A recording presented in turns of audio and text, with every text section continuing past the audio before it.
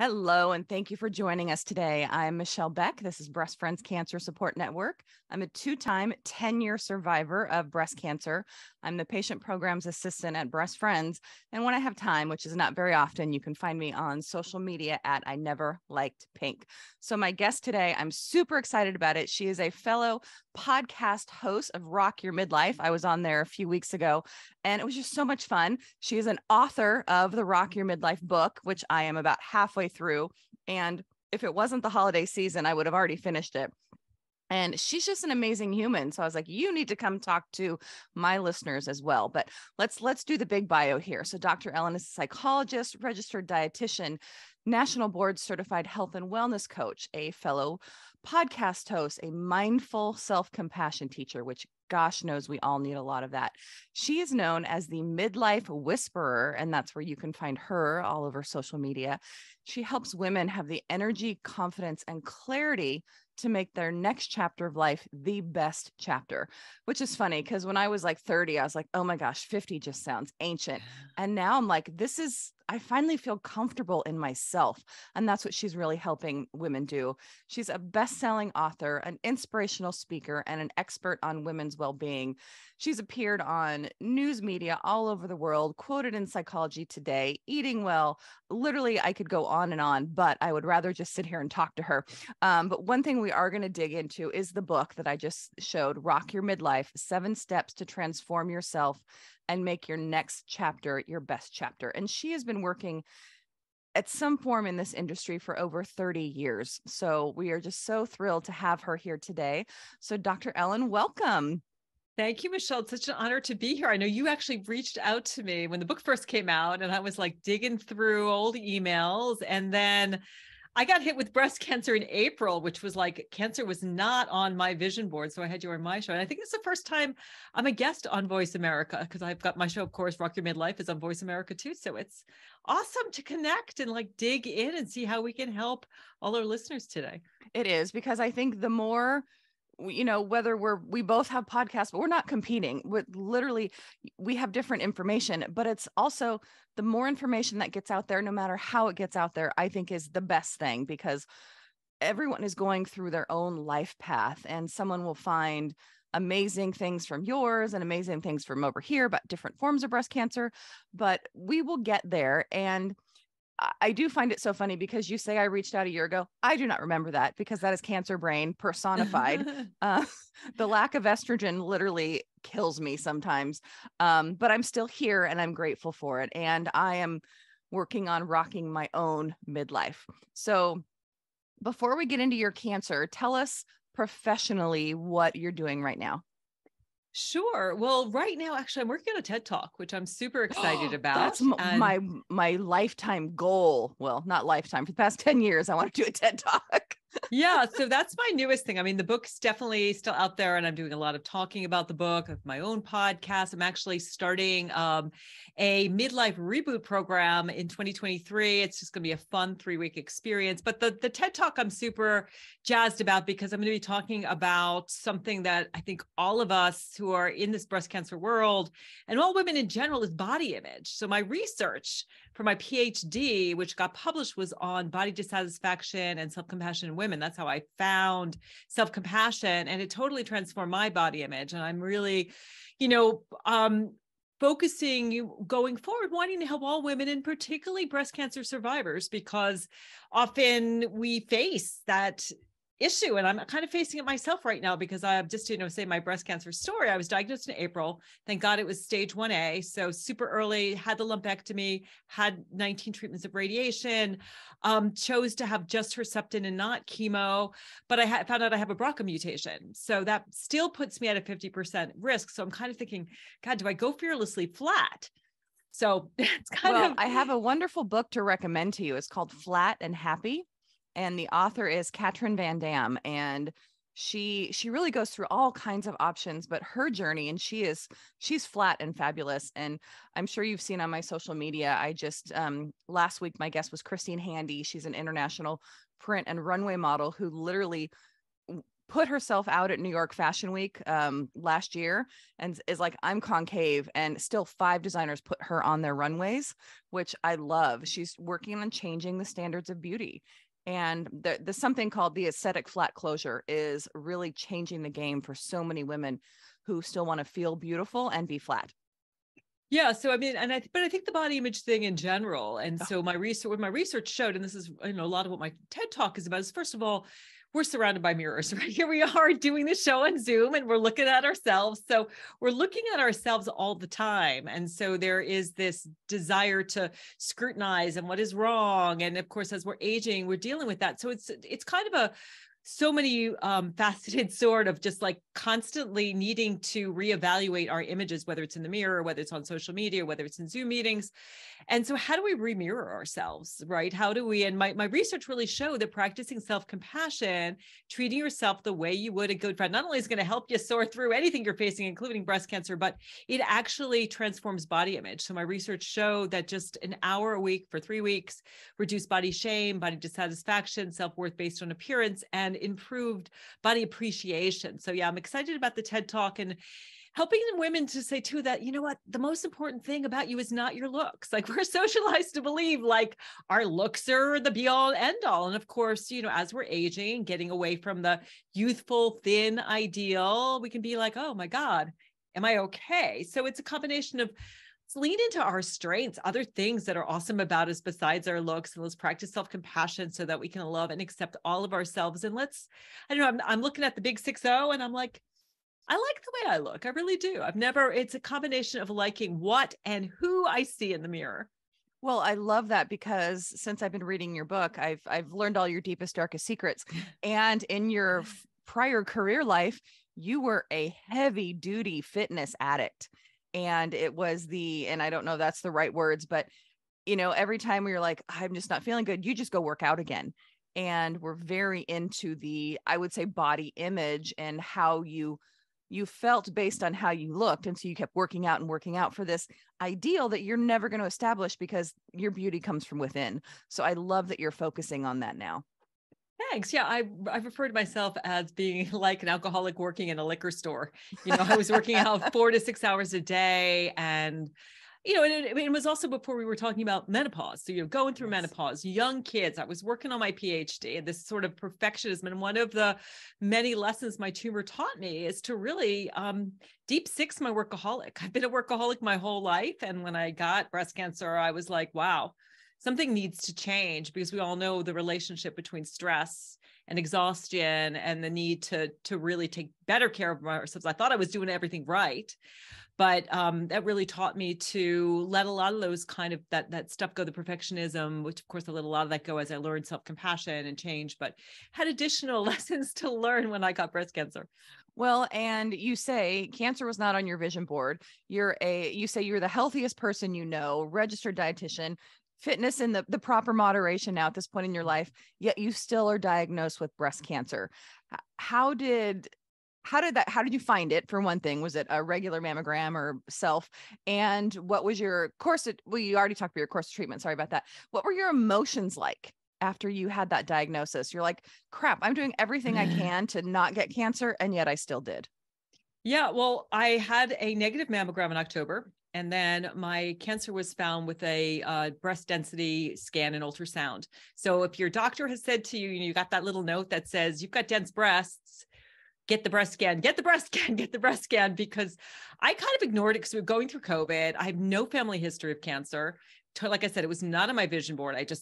I never, ever thought that was something I would have to deal with. I'm mostly whole foods, plant-based, move my body, do all the things right. So when I was diagnosed, it was a complete shock, as I'm sure it is for everybody, right? It was like, I remember the radiologist saying to me, you have a stage 5 mass. And I'm like, oh, that must mean, I heard her say that. I said, what does that mean? And I know she said, because I actually had her recording it, that you've got a 95% chance that it is cancer. And I'm hearing, 5% chance. She's like, no, it's the other way. And so I was in shock. Fortunately, everything flowed beautifully. I was able to, somebody actually chickened out of their biopsy. And I think people actually do that. They get the positive and then they're like, no, I don't want to deal with this. So somebody chickened out of their biopsy. And so I had a biopsy the next day. I was able to get a lumpectomy with a wonderful surgeon who really helped me talk it through and what to do. And I'm glad I didn't do anything radical. I like my breasts, I have to say. They're, and so I didn't do anything radical. But I think I was in shock. And then there was also, honestly, there was a lot of shame because here I am, like Miss Uber Healthy. I'm the midlife whisperer. I help women be healthy, stay healthy, avoid cancer, heart disease, osteoporosis, all the stuff, say, mentally healthy, all of those things. I'm a board certified health and wellness coach. I'm, been doing this for 30 years. So there was a lot of shame. And it dredged up a lot of stuff because I had to really deal with why did this happen. But then, of course, I also found out that I have a BRCA mutation. So I'm an Ashkenazi Jew. And so I think it's 1 out of 40 Ashkenazi Jews have the BRCA2 mutation, which puts you at a 50% statistical chance of having breast cancer, whereas it's, 1 out of 8, like 13% chance for the general population. And then I also have a higher risk of things like ovarian cancer. So I'm going to get my ovaries out and my tube, all of that stuff done too. So maybe it's a blessing in disguise. So you always are looking for the silver linings and going, okay, well, breast cancer is easy to detect. Early treatment is really the best thing. And so maybe, I dodged a bullet in terms of something like ovarian cancer. So, but it was a shock. It was definitely a shock. And I had to really take some time off and rethink my life, which I'm still doing now, because I think one of the big silver linings is you realize when you get a cancer diagnosis, just how short life is. Yes. I was talking about this with someone the other day, a fellow survivor, just how cancer makes us more appreciative. And not everyone has wonderful outcomes. There are many women who are living metastatic but which all the support, stage 4 needs more metastatic research, fully a big believer in all that. But I do feel very lucky because I have gone through it. I've had 2 primary diagnoses, 1 in each breast, and I feel very lucky. And literally cancer has changed my life for the better.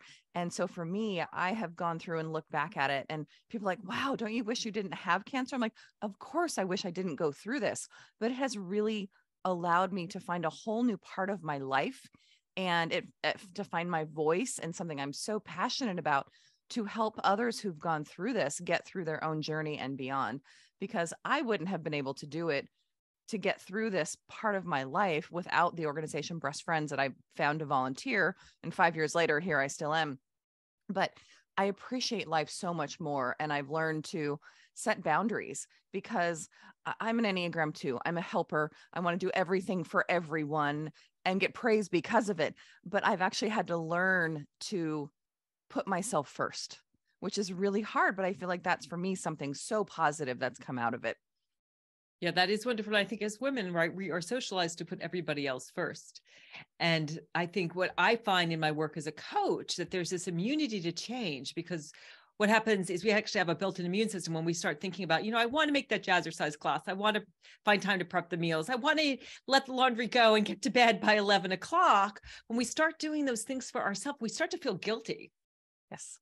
And so when I work with people, we have to kind of work with this guilt. And also there's a sense too that, gosh, if I'm not there, 24/7 for my kids, my grandkids, my work, my spouse, all the stuff, then I'm not going to be loved. I'm not going to be appreciated. People are going to be mad at me. And we have to sort of work on questioning these assumptions that we have, because self-care, whether you're wherever you're at in the spectrum of, not having cancer, whatever it is, you have to put yourself first. You can't give from an empty cup. And particularly because we live in a world that is so filled with stress that we need to do the self-care things. And even self-care can be stressful. It can feel like this thing that you do between getting that proposal written and doing the laundry. But stress, self-care for me, sometimes it can be as simple as like closing my eyes for, 2 minutes and taking some deep breaths, watching some silly cat videos, picking up my ukulele. You don't have to go and get mani-pedis and throw yourself through a lot of hoops to do the self-care thing. My new favorite thing is to take a bath in the middle of the day. Oh, I love that. And just give myself a break. But so you had written your book before your cancer diagnosis. And so in your book, you talk about 7 transformational steps to support yourself. How did you go back and actually look at those steps to say, wow, I've actually created this own pathway for myself to get through this? Yeah, absolutely. I used all my steps, and actually the one that got amplified was really the empowerment. That was the step that I didn't understand as much, was step 5, which is empowerment. And we can certainly talk about the other ones and how I used it. But I think the most important thing when you are a breast cancer patient, or any patient for that matter, or anywhere in your life, is advocating for yourself. And, as you said, Michelle, we're trying to be the good girl to please everybody, and to stand up to your oncologist and say, I don't want to do the chemo. I am in remission. There's no evidence of cancer. I'll do the Herceptin, which is an autoimmunotherapy, but I just feel like, particularly because I have the BRCA mutation, that doing 12 weeks of chemotherapy is not something that's right for me. And that was really hard. He supported me, which was awesome. But, the whole medical industry is kind of set up to do whatever the gold standard is to get rid of cure the cancer, but not be as concerned as what it does to your body in the process. So I was always looking through the lens of wellness. But I learned to advocate for myself. And I love that cancer is a get out of jail free card to say no. I'm not going to lie. I've used the cancer card quite a few times for things, but I completely understand what you're saying in terms of the self-advocacy. I talk about that. It's so important. And it's really hard to, I'll say, stand up to your physician sometimes, because there's something called the good patient syndrome, where you want to be the perfect patient and please your doctor, but then it's really at odds with sometimes what's internally going on for yourself. What is right for you? And for me, I just went through something like this recently, since I have been diagnosed twice. First time, very similar to you, lumpectomy, radiation, tamoxifen for 4 years. And then I had a new primary occurrence in my other breast. So went through all that. And then I've been on the aromatase inhibitors for 5 years after that. They wanted me to do 10 years. And it had gotten to the point where it was so debilitating on my body, my joints, the pain that I had, so many things. I could not do this. I couldn't do it anymore and have any quality of life. And so I had found something called the breast cancer index test, which tested my tumor to see how beneficial another 5 years of AI would be for me. And for me, it would not be beneficial. And I was able to, with confidence, stop my AIs. And I am so happy. And I have that comfort. And because my doctor didn't recommend this, I went out and found it on my own and said, I need to do this. And I was a crying mess when I went in there, and they realized how cranky I was. But I had to advocate for myself, which is something that we all need to learn how to do. Yeah, bravo. Because, we are an N of 1. Our doctor will sit there and they'll hand you the scientific research that shows all of the things. But when it comes down to it, we have to decide what's right for us. So I have gone to, my self-care routine is like my full-time job. I mean, I do everything to stay healthy and detox. And I've made some big changes, and I feel fabulous. I feel absolutely amazing, but good for you for doing the research, finding that up and standing up for yourself. I think when each of us does it, that's courage, is following your heart, doing your own research. And really, it's so empowering. It really is. And I mean, I cannot express how much better I feel. And I was weighing okay, I have a young child. I have a lot of life left to live. I should do the meds, but I literally couldn't do anything. I couldn't exercise. I couldn't walk my dogs. Everything was painful. And I've been off them now for 5 months. And I feel like I'm 30 again, not 51. So I will take that. And instead of being 90, I guess is what I felt like previously. So listeners, we have so much more to talk about. We are going to take a quick break. If you would like to help Breast Friends on their mission to support those, and so they don't go through cancer alone, there's a big donate button on our website, breastfriends.org, or you can text BF Radio to 41444. If you or a loved one need our services, please go to our website and check out patient programs to see what we can do for you. Stay with us. We'll be back in a minute. Thanks for staying with us. I'm Michelle, and my guest is Dr. Ellen Albertson, the Midlife Whisperer, host of the Rock Your Midlife podcast, author of the Rock Your Midlife book. And we are talking about how an unexpected cancer diagnosis can just throw your life into chaos. But Dr. Ellen has this amazing book and these 7 steps that help her work through them. Before the break, we talked about empowerment and advocacy as one of the steps. But Ellen, what are the rest of the steps in the, I guess, Cliff Notes version? Yeah, well, the first step is authenticity. And so this step really is all about knowing yourself, knowing your strengths, your weaknesses, what you like, who you wanted to be when you were growing up. And I give tons of journaling exercises. And there's actually a companion journaling book that you can get for free when you get the book to download and write these things out, because I think journaling is such a powerful technique. So the authenticity piece is really important to rocking midlife and rocking your breast cancer diagnosis, because you've got to know yourself. If you don't know yourself, what you're doing is it's like you're climbing up this ladder of success, but it's up against the wrong building, because you're not creating a life that's working for you. So for me, a good example is one of my top core values, and that's a piece of authenticity. The first step is knowing your core values, is wellness. So whenever I was making a decision, I always look through this lens of wellness, like you, looking and saying, when I'm 80, how am I going to feel about having done that chemotherapy where now I have neuropathy? Given that I don't have, and I'm not saying everyone can make their own decision, given that I don't have, a tumor that was evident, so I was in remission. So that's the first thing, is know yourself. If you're going to be the kind of person who's going to stay up all night and worry, is it coming back? Is it coming back? Well, then maybe you should have the bullet solution, right? Like if I did the chemo with the Herceptin, it's like 98%, but the Herceptin alone hasn't really been studied, and I was willing to live with that. So knowing yourself is so important. Number two, which I think we've touched on, is loving yourself. I have to say, the two things that got me through this were self-compassion, also Reiki. I'm also a Reiki master. And I have to say, for pain management and stress management, Reiki, which means universal life force energy, it's kind of allows you to sort of channel this healing energy for yourself, was so important. But self-compassion is really about learning to treat yourself like a good friend. And so there were so many instances, which I'm sure you can resonate with that, Michelle, where you're just like, freaking out. You're just like, why is this happening? I don't like this. This sucks. I feel all alone. And with self-compassion, you're first kind to yourself rather than critical. You don't say like, oh my God, this is my fault, or it's bad car. You don't beat yourself up. You're like, oh,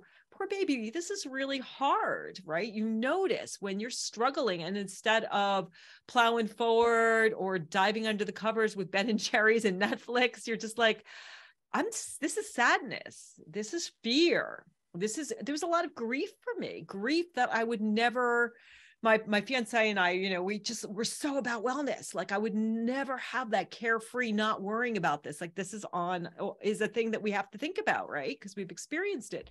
So this treating yourself like a good friend, and there are three elements of self-compassion I talk about in Rock Your Midlife. I was fortunate enough to work with Kristen Neff, who's kind of the mother, the pioneer in this area. But it's being kind to yourself rather than critical, talking to yourself the way you would a good friend. It's common humanity, understanding that getting sick is normal. Like when the Buddha looked over the fence, he's like, oh, sick people, poor people, people who are dying, this is normal. And so you don't feel so alone. Like, I love that you have this show, because we know that, 1 in 8 women gets a diagnosis, right? And so that you're not alone, and you don't feel so isolated. There's people you can talk to, and that it's not your fault, that it's normal. So that's well, and I think this is the step that you have to learn to let go of the shame that you said you experienced, because loving yourself does not allow room for shame. Like, it is not your fault that you got cancer. It is not my fault that I got cancer. And you just have to let it go, because it does not serve you. Shame is very toxic. Shame is I'm bad. And so, yes, absolutely. Let go of shame. And then the last piece is mindfulness. So being mindful when you are stressed and struggling. So if you are going through a treatment and you're exhausted, and this is something I did when I was, I had 19 treatments of radiation, I took a nap. I took time off from work. I took some of it as sabbatical. I asked for help. I just heated up something for dinner. It's like, you've got to be like mindful of how you are feeling, and asking yourself, how am I feeling and what do I need right now? So that's the self-compassion piece, which was so important, to give myself what I needed when I was going through treatment. And even now, So self-compassion, it changes everything, because when you love yourself, you stop doing things that insult your soul, and you give yourself what you need, and you start to attract what is truly in your highest best interest. The third piece is energize yourself. And this is where I really take all of my years of training as a registered dietitian. I've been a registered dietitian since 1993. So I've worked with literally thousands of midlife women. All about, I'm also a health and wellness coach, and I've been a fitness professional. So what do we need at midlife? So this is really about, we need more protein after 50. We need more calcium. We need to make sure we're getting our vitamin D. If we're going through menopause, if we have medically induced menopause, as I think it sounds like you did, what can we do? How, again, get advocacy. How do we talk to our doctors? How do we take care of our bodies so that we have awesome energy? Number 4 is reprogramming your mind. And so with the cancer, I had to stay positive, but not toxic positivity. You don't be like, everything's great, because everything's You're not fine. great. It's wonderful. Loving this. Like, oh, your cancer treatment is over. You look great. You must be wonderful. I'm like, well, actually, that's not the case. Yeah. So it's kind of this thing where, I'm really so blessed. Like, I'm blessed that I live Vermont. My healthcare UVM took such great care of me. I had great care. I have a wonderful, loving spouse. I've got health insurance. I've got so many things that are great, but staying positive, but also, doing gratitude, doing all of that stuff, but also, again, holding those difficult emotions. So we're not doing toxic positivity. The polyamory, everything is awesome, but, keeping your mindset, not going into that rumination, not going into the what ifs, and just noticing when that's happening, having a mindfulness practice of like, are you spending time in nature? Are you meditating, doing yoga, getting in touch with my body? I mean, for me, one of the most powerful things for the mindfulness piece is realizing that, my God, I had this dime-sized tumor, but the rest of my body was great. Just because you have cancer doesn't mean that your 32 trillion cells aren't working together to keep you alive. The rest of your body is awesome. And there's just these cells that have gone rogue, and you've got to figure out like what to do about it and why it happened and understand that. So just energizing yourself. And then the fifth step we talked about is empowering yourself, finding power from within, learning to say no. And that's kind of my New Year's thing, is more joy, less oi, saying yes to yourself and no to other things. That's kind of what I'm going into the new year with. And then the 6th step is rehabbing your relationships. And I think that that's so important all the time. If you're rocking midlife, what happens is that you start to become that butterfly, but the people in your life still think you're the caterpillar. And you're like, no, I'm a butterfly. I've got these wings and I'm doing all these colorful things. And they're like, no, you're still the caterpillar. And so this is really about learning not to be the good girl, which we talked about, that people pleaser. And I think that's so important with cancer, that we finally are like, you know what? I got to take care of me now. Like, this is do or die time, right? I finally, last year when I was 50, learned to set some boundaries in my life. Yay. It's about time. Well, I actually, you probably haven't gotten to that point yet, but I actually have a personal bill of rights. So I'm not there yet. Yeah. Okay. You write out your personal bill of rights. This is what I stand for. I deserve to be treated a certain way. It's okay for me to feel the way that I'm feeling. I deserve to be loved. All of these things, putting that up on your wall. And then also, what happens if somebody crosses the line? What is the boundary? So setting some boundaries. And then also learning something called nonviolent communication, which is a very effective method of getting your needs met, where you observe what's going on. You tell someone, you know what, I'm observing that, I asked you if you would make dinner tonight because you know how tired I am after, all of these treatments. And I observed that you didn't do it. It made me feel that you don't care about me and you're not there for me. And that makes me feel really lonely. I'm asking that if you can't do it, that we talk about it. And I'm asking that you support me here. So yeah, it's about getting your needs met. And then the last step is enlightening yourself. So it's realizing that you are a soul having a human experience. And I don't know if it was like that for you, Michelle, but the diagnosis, helped me to connect with my spirit, to really double down on the getting down on my knees. It was such a humbling experience. I am a Leo rising. I have Mars in Leo. You can tell from the big hair. I love being on stage. I'm just a Leo. Yeah. So, we've got kind of big fiery egos, right? And this diagnosis brought me to my knees, but it deepened my spiritual practice. It deepened my connection with my soul. It deepened my understanding of who am I as a soul. So that's the last piece of, reconnecting with your spirit. And so, yeah, it was great to have these tools that I've taken years of personal work and working with clients. And then all of a sudden, like, hello, I've got some things to help me deal with this life-threatening illness. That's amazing that it's like you wrote the book for yourself, and obviously all those other women out there who are going through midlife, I don't want to say crises because that's such a cliche, but really reimagining and reworking their lives to get to that better place.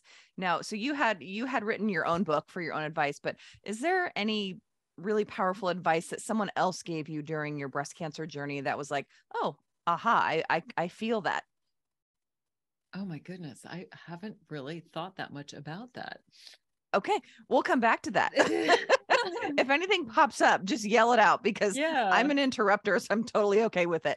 Well, and I would say that, the best advice came from my lovely breast cancer surgeon who was like, don't make any big decisions right now. Because my initial response is just take them off, just get rid of them. I don't want to deal. And I'm not sure what I want to do. And so I'm really glad that she was such a rock star, so compassionate, so loving. But gosh, when I was on that table in the OR, she was just like so in charge of everything going on. I mean, I was so admire her. And she was so there for me. And I guess, understanding how many people have you back, and my mother was just always that person who would just listen to me whine and complain and cry. And so I think it was more just realizing how many people love and care about me, and how much support I do have. That's so important. And I was very lucky. I definitely felt the same. Now, when you were going through treatment, you did conventional medicine and being very wellness focused. Did you also include complementary therapies and Eastern medicine in what you were doing? Hell yeah. So I don't know if you know Dr. Jen Simmons. So I hired Dr. Jen Simmons. She's a great person. She's a real health MD. So she was a breast cancer surgeon, and I've had her on my show for 17 years. And she got an illness herself and changed her focus and became an integrated medical doctor, functional medicine, basically. And so I connected with her because we were both on a summit with the same person. And so I used her, and that was really valuable, did a lot of testing and actually gave up grains, which made me feel amazing. Still don't eat. I had given up gluten because I have Hashimoto's disease, gave up grains completely, which actually wasn't that hard to do. Upped some of my supplementation. I was already doing a lot of the things, but doing things like a lot more, detoxing. So, doing infrared sauna, doing skin brushing every day, doing oil pulling, lots of things to keep my body really toxic free. Double down on my, meditation practice. So I used her. I would say she was awesome. But then I also had my naturopath is a board certified oncologist naturopath. And so, Dr. Hill was really good at being that kind of voice of reason. And I've also been getting vitamin C infusions from yet another, from a osteopathic doctor. So lots of integrative care, done a little bit of acupuncture, but, I think the vitamin C infusions have been really good. Some diet tweaks, some increase in supplementation, some working on my stress, working on some of the trauma that might've given rise to this. So doing a lot of different things, but I feel fantastic. I have to say, I feel better now than I did at this time last year before my diagnosis. Huge. That really is. And it's funny though, after a cancer diagnosis, the healing and the wellness, it kind of feels like a full-time job. And there was a point for me where I just got so tired of appointments because I was seeing, I have a myofascial therapist that worked on my scar tissue and pelvic floor. And I had the naturopath who was doing the vitamin C infusions. And then I had the acupuncturist. And at one point I just had to stop everything because I'm like, it's too much. And then slowly incorporate back what I felt like really works for me. Yeah, I love that. Yeah, that we definitely have to do that. Now, we briefly mentioned, you talked a little bit about self-compassion a lot, but why do you think it is such a superpower in terms of healing and wellness? Well, when you love yourself, first of all, it's a powerful way to deal with cortisol and stress. And we know that so much of dis-ease, cortisol, which is what we generate when we are stressed out, happens. So self-compassion is an emotional regulatory technique that really helps you to calm yourself down. So, when something stressful happens, we generate cortisol, right? That creates inflammation. And what we often go to is we go to the dopamine, right? Like, so if you're really stressed out, you're like, I got to have, especially when so many of people I work with are emotional eaters, got to have those chips, got to have that sugar, got to have that caffeine or alcohol, which of course is going to create, it's like throwing gasoline on that cortisol fire and is, interfering with things like sleep and menopause and all of those things. But with self-compassion, what you're doing is you're generating this neurotransmitter called oxytocin, which is the mammalian chemical caring connection. So if you're listening, just simply putting your hand on your heart generates oxytocin, calms down the cortisol shitstorm. And so you are giving yourself that self-care in the moment. So it's really a powerful technique. And you just loving yourself changes everything. I just want to walk around now all day with my hand on my heart, because I definitely do that sometimes not even thinking about it. I'm just like, okay. And it makes everything better for that moment. And just even like you mentioned, taking those few deep breaths and doing that in conjunction will literally, no matter what you're going through, get you to a better place. So listeners, we do need to take another quick break. So please stay with us. If you would like to be my guest or reach out to me, I'm at michellebeck@breastfriends.org. Stay with us. We'll be back in a minute. Thanks for staying with us. I'm Michelle, and my guest is Dr. Ellen Albertson, woman of many talents and master of all of them. So we're going to give you all of her website information at the end so you can find her and her book and her podcast. But Dr. Ellen, if you could pin down one thing, what is that one thing that you changed in your life after your diagnosis? Because you were already pretty darn healthy and doing all of the right things. What did the cancer really change for you, if anything? Yeah, I deep six my workaholic. So I had already worked on my inner critic. I had already worked on my people pleaser, but I had a fierce workaholic. I come from a long line of workaholics. My grandparents on both sides were entrepreneurs. They never took a day off their whole lives. My dad was also an entrepreneur. And he worked all the time. I mean, he took time off because he was really stressed out. But this idea in our culture, we glorify workaholism and in this hustle culture. And so I realized that I was working with an amazing healer, and through my work with her, realized, wow, I got to not let this workaholic run the show. I mean, the workaholic got stuff done. I wrote my book in 6 months. I got it out there on the bestseller list. It became an award winner, got a podcast. I did all of these things. And I, really realized, and I'm kind of, right now in this place of really questioning as I look at 60, what really makes me happy. And I realized, as I was saying before, it's like you're climbing up this ladder of success, but it's up against the wrong building. What makes me really happy? I love sharing. Like, this makes me really happy, being on your podcast and sharing wisdom. I love spending time with my fiance. I want to travel more. I want to take more time off.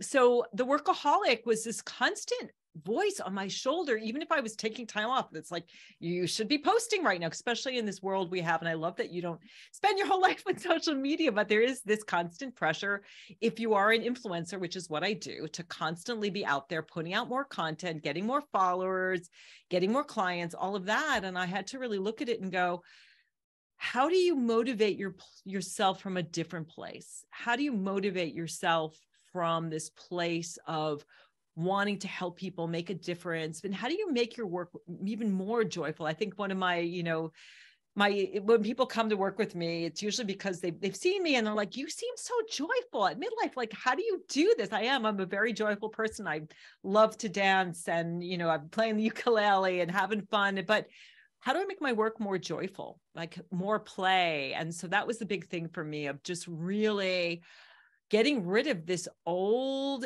ancient, and I think it really has a lineage to it, years of ancestry of being a workaholic, not just me, but my ancestors. And that really needed to shift and change.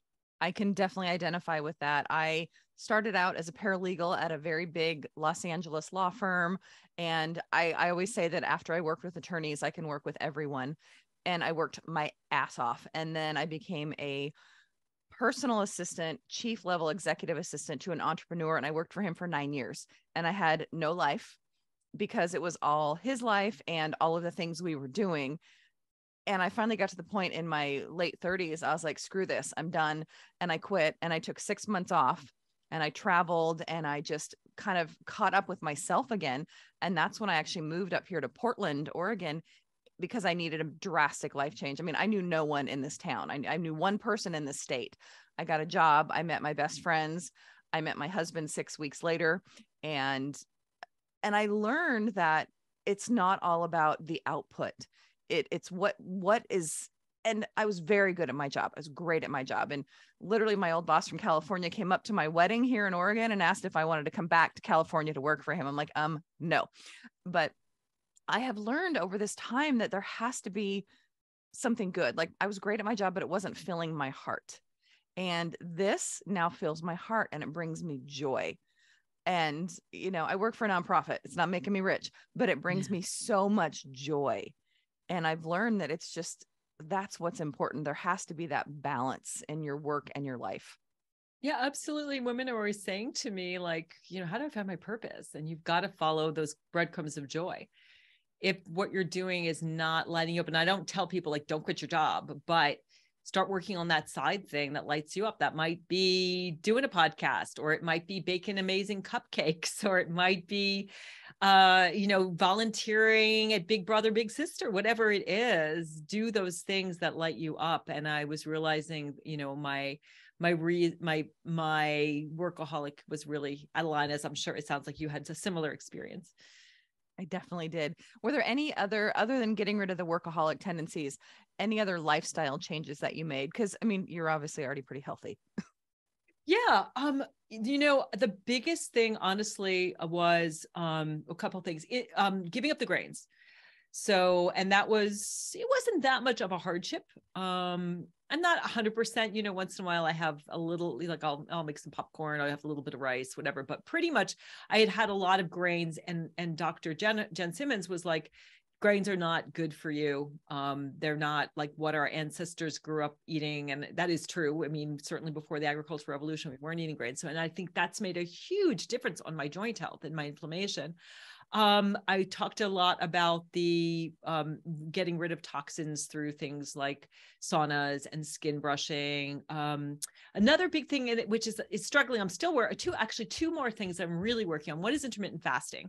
Mm-hmm. And so I had already given up sugar, which we know, cancer cells have 10 times the insulin receptors of regular cells. So I didn't, I wasn't doing a lot of sugar. My diet was, very good, particularly by, standard American diet standards. But the intermittent fasting thing is still something I'm working on because, there is good research that if you close down the window of time you're eating, it can help with cancer prevention, and it also helps with longevity. It's just, even my naturopath agrees too. He's like, it's good to give our body a break from food. Our digestive system needs a break. So I'm trying to bring that window down to like 8 hours a day.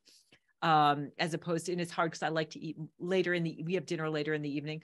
But so that's one thing. And I would say the other big thing I'm really working on, which I'm still working on, is sleep. How many of us have trouble sleeping, right? Especially if you're going through menopause. But again, I'm reading this wonderful book, Why We Sleep, and understanding the importance of sleep for physical health, mental well-being, consolidating memories. So my sleep hygiene is pretty good, but like in the evening, really turning the screens off and reading a little bit before I go to bed, or doing some yoga, taking a little bit of melatonin. I was surprised at the research on melatonin and how, helpful it can be. I actually was really, really surprised at some of the studies you had referenced about melatonin, and that actually it can help with cancer prevention also. Yeah. So the only downside is the major downside. Sometimes people feel a little groggy, and I feel my best if I take nothing at all. But my naturopath is like, do some melatonin until my cortisol levels tend to, as I talked about stress reduction, my cortisol levels tend to go up in the evening when they're supposed to go down. And he was like, take just 3 milligrams of time released. And the only downside is if you take it regularly, your body does not produce as much on its own. So you stop, but it comes back. And then some people don't feel so good on it, but it is actually an antioxidant, and it can help you to fall asleep. So I would say the big 3 things were giving up grains. I talked about the workaholism, the intermittent fasting, and the working on the sleep. So I guess that's 4 of things. That workaholism is the mind thing. And then the other things were the 3 lifestyle changes. And then I've also been doing the vitamin C infusions, although I've got those down to probably just once a month because it's expensive. And like you said, you get to this point where just need a break, especially after doing radiation. The hospital was 40 minutes away. So it was like getting to the hospital every day and just going through and doing all the things and seeing all the doctors and bringing it. There's a part of you, and I think you probably would agree, Michelle, that you're just like, can we just get back to normal? Can I just like not think about cancer today? Right. Well, do you ever feel like you are back to normal? Yeah, lots of times, like I'm so blessed. I have the most amazing, beautiful man. I met Kenny. Oh my gosh, what are we up to now? 28, 29 months ago. We sort of count all the days. And online, right? You met him online. We met him online. We met through Spiritual Singles on July 20th, 2020, right in the middle of COVID. We got engaged really quickly. He's so healthy and so loving. He grows like most of our food. He's a computer engineer by day, and by, when he has spare time, he's an amazing master gardener. So he's not a great cook. I'm still in almost December. I've got kale in the backyard, but so he has just been so supportive. And there's lots of times, like we just went to Austin and we're going to Quebec City in a couple of weeks, and we just booked our flight to Costa Rica. Another silver lining of breast cancer is saying, I'm going to travel. But I wanted to, but I kind of got to step outside your comfort zone and just do it. Yes. There are times. How about you? Are there times that you just like don't think about it? Or there's always little things that as a reminder. Plus I do this for my job, so it's a big part of it, but there are, and it's a new normal is what they say, but I'm good with it. I'm good with where I'm at and trying to appreciate more. I'm so excited. Next week, I've been invited to go to the San Antonio Breast Cancer Symposium. And I'm going to be at the breast cancer index booth, the test that I took, because I can't stop talking about it. And they literally found one of my articles online where I was talking about the test. So I'm really just trying to put myself out there more and see what happens. That's great. Yeah. My husband and I are going to Bozeman after Christmas, and we're going to Florida in January, and just planning things. It allows you to not think about the cancer. I think it's something to look forward to. Yeah, it is. It's sort of the back of the mind thing. And I actually decided I had an opportunity to meet with agents and write a book about it. And I thought, you know what? I'm not ready to write that book, and I don't know if I want to write that book. So, well, your book that you've already written is fabulous. And I don't want to run out of time. Because we're all close to the end, tell our listeners where they can find all of your things, please. So I don't lose time. Super easy. Just go to themidlifewhisperer.com. That's themidlifewhisperer.com. You can get my book there. You can see all my podcasts, including the beautiful podcast I did with Michelle. I have a free gift called 10 Tips to Rock Your Midlife. If you want to work with me on some level, I'm happy. I have been working with some people who, whether you've got a BRCA mutation, if you want to, or you just midlife and I just want to feel better, I want to have more confidence, more joy, more energy, feel free to reach me there. And I'm also very excited about my midlife reboot 2023. You can email me to get more information about that. It's just going to be a 3-week program because we're thinking about 2023. I don't know. I need to hit reboot. So I'm excited about that. Well, and I think it kind of feels like it might be the first year that as a society, we're getting more back to a normal-ish. Post-COVID, things are decent, and, trying to figure out that right way. So in 1 minute, tell us the best thing that has come out of your cancer journey. I'm happier and healthier. Okay. Well, that didn't take a whole minute. Yeah, I'm happier and healthier. And, and I've gotten this great opportunity to meet amazing women like yourself and help more people. And I know that my expertise, particularly around self-compassion and body image, is really going to go far. And I'm looking forward to seeing where all of this leads. I love that. Well, Dr. Allen, thank you so much for being here today. And definitely we're going to continue to work together and keep in touch, because that is the best part of my cancer journey, is the fabulous women that I have gotten and individuals that I've gotten to meet. So thank you for being a part of that group. My pleasure. So listeners, you can find out more information, the midlifewhisperer.com, Instagram, the _midlife_whisperer, but just type out the whole thing and she comes up. Twitter, Rock Your Midlife, Facebook, and Dr. Ellen Albertson. So find her on all the places and follow her. And her social media posts are amazing. Like she's doing headstands and she's dancing and playing her ukulele. So there definitely will bring a smile to your face, if nothing else. I love those. So listeners, if your loved one need our services, please go to breastfriends.org and check out patient programs. You can find the podcast on the Voice America Health and Wellness channel or on all the major podcast platforms. And you can also watch on the Breast Friends YouTube channel. And please subscribe so you don't miss out on any of our shows. You can donate on our website. There's a big button, or text BF Radio to 41444. And if you would like to nominate yourself to share your story or be my guest, I can be reached at Michelle Beck at breastfriends.org. We'll be back next week. And until then, remember, we rise by lifting each other.